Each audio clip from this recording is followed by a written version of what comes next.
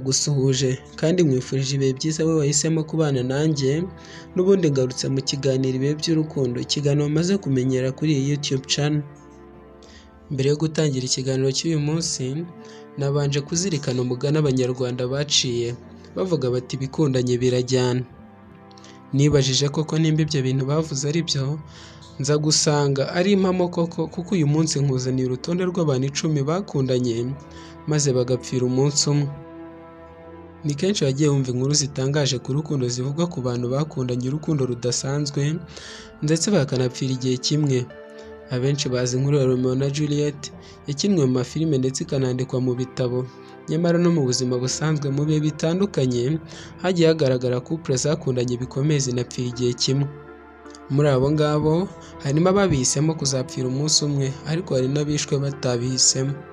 Ni inkuru nyinshi ikinyamakuru The Independent ngiye kugaruka ku makupure 10 yamenyekanye maze abakundanaga bakaza gupfira ku munsi umwe. Ngo ikaze, nitwa Corneliyo Mwuzuro, kanda subscribe kugira tujye tubana buri munsi.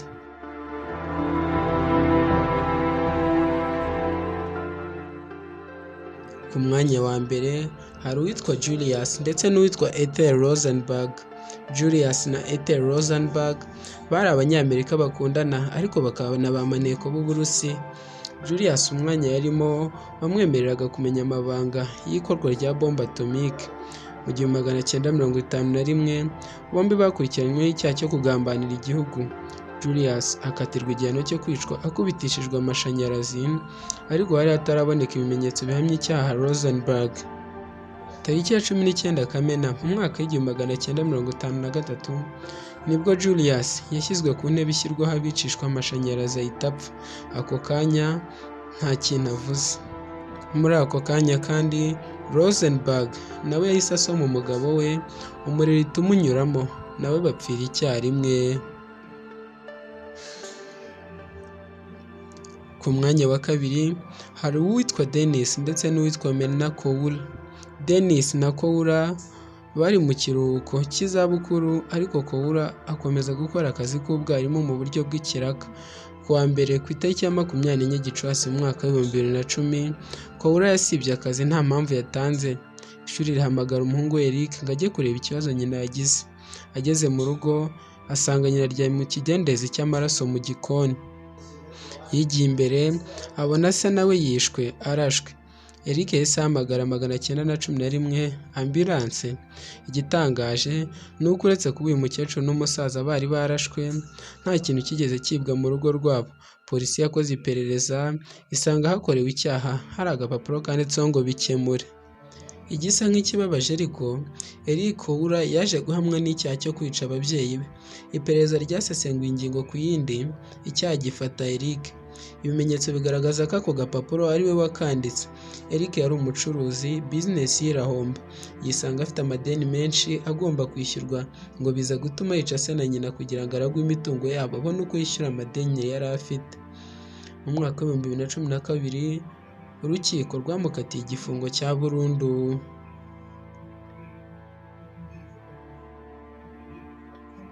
Ku mwanya wa gatatu hari umwami Nikola wa kabiri Alexandrovich Romanov ndetse na Alexandra Feodorovna.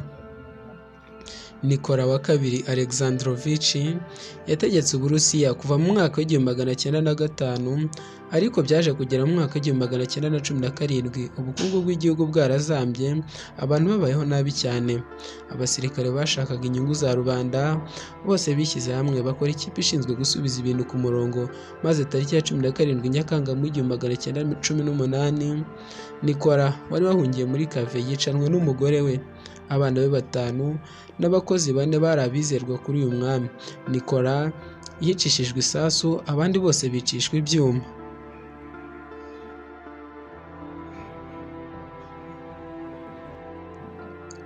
Ku mwanya wa 4 hari uwitwa Ethan Nichols ndetse na Carissa Horton.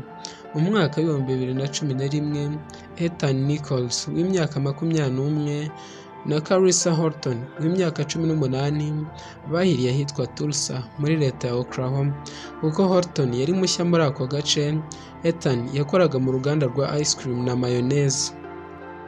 Icyo gihe Clarissa yari umunyeshuri mushya muri kaminuza ya Oral Roberts University ORU. Nyina wa Ethan yasabye umuhungu we kumenyereza uyu mukobwa Clarissa wari mushya muri ako gace. Ethan na Horton bahise bakundana, maze mu mpera za Nzeri mu mwaka wa 2011 bajyanye muri parike. Abagabo babiri babaturuka inyuma arabarasa, imodoka yabo nayo iribwa. Ku munsi wakurikiyeho nibwo imirambo yabo yabonetse muri pariki. Abanyamakuru ba ABC News bagiye muri ako gace gukoresha ikiganiro abantu batuye, maze uwitwa Darren Price avuga ko ubwo bwicanyi bumubabaje ndetse ko yumva nta mutekano afite muri ako gace. Polisi yahise itangira guhiga iyo modoka yibwe. Bidatinze polisi yabonye iyo modoka iparitse kuri apartment iri munsi y'ako gace. Polisi yarayisatiriye, ariko wa mugabo twabonye witwa Price n'undi witwaga Gerald Davis bahita bayinagamo, bayikubita ikiboko. Polisi irabakurikira, bageze imbere baragonze, polisi ihita ibata muri yombi.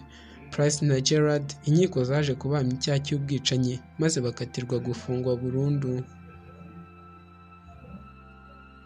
Ku mwanya wa gatanu hari umwami Alexander Obrenovich ndetse na Draga Masin. Umwami Alexander wa mbere witwaga Alexander Obrenovich yayoboye Serbia kuva mu mwaka wa 1889 kugeza mu mwaka wa 1903. We n'umugore we Draga baricanywe tariki ya 11 Kamena basanzwe mu nzu n'ingabo aho bari bihishe kuva tariki ya 10. Ku mwanya wa gatandatu hari umuhungu witwa Sidika ndetse n'umukobwa witwa Kayam. Mu mwaka wa 2010 mu binyamakuru ku isi yose hatambutse inkuru y'Abanyaafghanistan babiri bishwe batewe amabuye. Urupfu rwabo rubabaza benshi cyane. Hari ku cyumweru mu gitondo mu kwezi kwa munani mu mwaka wa 2010. Sidika w'imyaka 19 na Kayam w'imyaka 25 bo mu ntara ya Kunduz bazengurutswe n'abaturage bashinjwa icyaha cy'ubusambanyi. Hari umugabo wari waratanze amadolari 9,000 kugira ngo azarongore uyu mukobwa Kayam, ariko uyu mukobwa arabyanga, yisangira umusore bakundanaga witwa Sidika. Umuryango wa Kayam wari waremereye uyu mugabo wari waratanze ayo madolari 9,000 kumusubiza amafaranga ye, ariko abana bakibanira. Abayobozi b'idini ya Islam barabyanze, bategeka ko baterwa amabuye. Abari bashungereye bahereye kuri Sidika bamutera amabuye umubiri wose, rimwe rifata ku mutwe ahita agwa hasi, barakomeza bamutera amabuye kugeza apfuye. Bahise bakurikizaho Kayam nawe bigenda uko. Inkuru yabo yababaje abantu benshi cyane.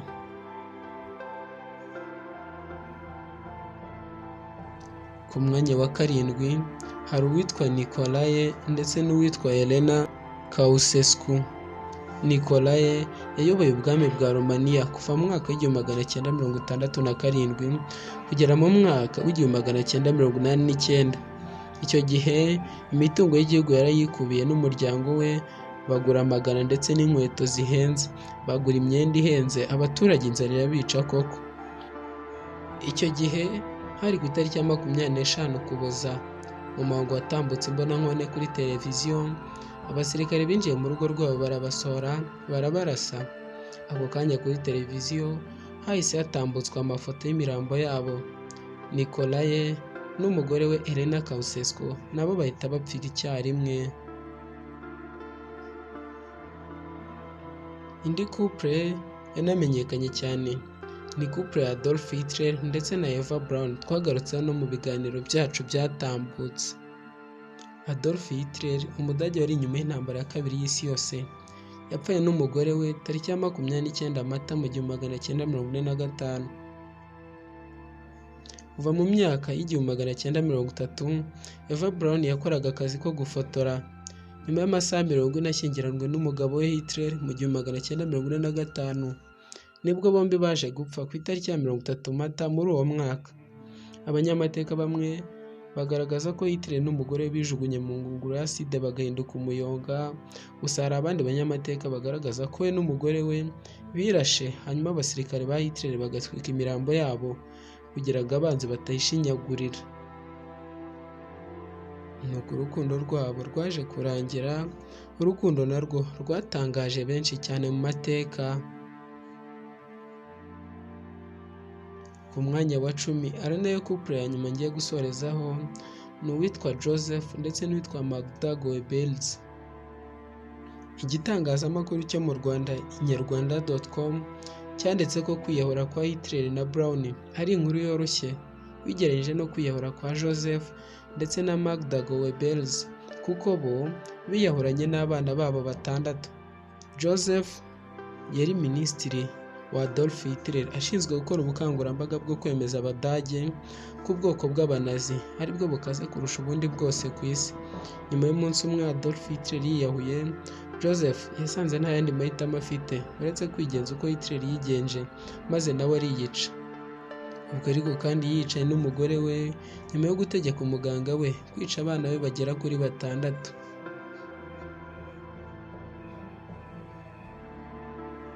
Ngaye nguko rero ibikundanye birajyana nk'uko umunyarwanda yabivuze.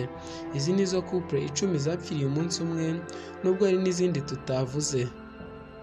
Yewe harimo n'inkuru ifatwa nk'iy'urukundo ya mbere mu mateka y'isi, inkuru ya Romeo na Juliet nabo baje gupfira ku munsi umwe. Nyemerera nkushimire cyane wowe wahisemo kubana nanjye uyu munsi, nkukangurira gukora subscribe ndetse no kubisangiza inshuti zawe ibi tuba dukora kugira ngo ukomeze kudushyigikira, ariko nawe ujye ubona icyo dushyizeho buri munsi. Ushaka kudusangiza igitekerezo wanyura aho hasi muri comment maze ukatubwira kucyo twazavugaho ubutaha, cyangwa se ukanyura ku mbuga nkoranyambaga zacu yaba kuri Facebook, kuri Twitter ndetse no kuri Instagram. Wari kumwe nanjye Cornelius Mwuzuro. Imana ikomeze kukurinda. Ciao ciao.